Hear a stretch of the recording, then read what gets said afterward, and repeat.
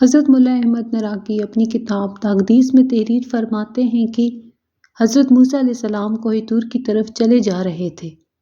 راستے میں ایک بوڑھا آتش پرست ملا جو گمراہی اور گناہوں سے آلودہ تھا۔ اس نے حضرت موسیٰ علیہ السلام سے کہا، کہاں جا رہے ہیں؟ حضرت موسیٰ علیہ السلام نے جواب دیا، کوہ طور پر جا رہا ہوں، جس جگہ وہ بے انتہا نور کا مرکز ہے۔ وہاں جا رہا ہوں تاکہ اللہ سے راز و نیاز اور مناجات کروں اور تمہارے گناہوں اور خطاؤں کی معذرت کروں۔ اس آتش پرست نے کہا، کیا میرا پیغام بھی خدا کے پاس پہنچا سکتے ہو؟ حضرت موسیٰ علیہ السلام نے کہا، تیرا پیغام کیا ہے؟ اس نے کہا، میری طرف سے اپنے پروردگار سے کہنا کہ اس حلقت کے جرمٹ اور افرینش کے بیر میں تجھ کو خدا مانوں، یہ میرے لیے ننگ و عار ہے۔ مجھے ہرگز اپنے پاس نہ بلانا، اور مجھے تیری روزی کی منت اور تیرے احسان کی بھی ضرورت نہیں ہے۔ نہ تو میرا خدا ہے اور نہ میں تیرا بندہ۔ حضرت موسیٰ علیہ السلام نے اس آتش پرست کی گفتگو کو سنا تو انہیں بہت جوش آیا۔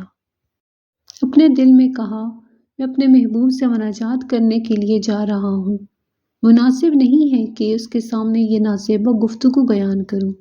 حضرت موسیٰ علیہ السلام کوہ طور کی طرف روانہ ہو گئے۔ اس نورانی وادی میں اللہ سے راز و نیاز کرنے لگے۔ جب آپ صلی اللہ علیہ وسلم راز و نیاز سے فارغ ہوئے اور وہاں سے واپس چلنے کا ارادہ کیا تو اچانک اللہ تعالیٰ نے فرمایا، اے موسیٰ، میرے بندے کا پیغام کیا تھا؟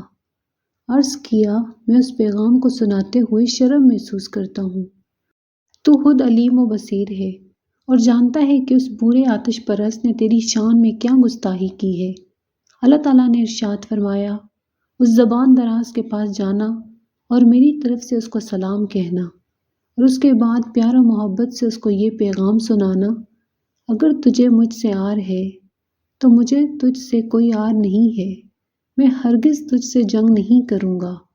اگر تو مجھے نہیں چاہتا تو میں تجھے بہت چاہتا ہوں۔ تو اگر میری روزی اور رزق نہیں چاہتا، میں اپنے فضل و کرم سے تجھے روزی عنایت کروں گا۔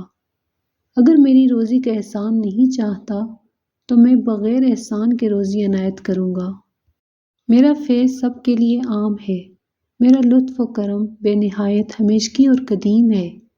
جب حضرت موسیٰ علیہ السلام کوہ طور سے واپس آئے تو اس بوڑھے آتش پرست نے کہا، اگر میرے پیغام کا جواب لائے ہو تو بیان کرو۔ حضرت موسیٰ علیہ السلام نے اللہ کا پیغام اس کافر اور آتش پرست کو سنایا۔ کلام الہی نے اس کافر اور ملحد کے دل سے کفر کے زنگ کو دور کر دیا۔ وہ ایک گمراہ انسان تھا جو راہ حق سے دور ہو چکا تھا۔ اللہ کا پیغام اس کے لیے ایک گھنٹی کی طرح تھا۔ وہ شب تاریک کی طرح اندھیرے میں ڈوبا ہوا تھا۔ وہ جواب اس کے لیے نور خورشید کی طرح بن گیا۔ شرم و حیا کی وجہ سے سر جھک گیا، اپنی آنکھوں پر ہاتھ رکھے اور زمین کی طرف دیکھنے لگا۔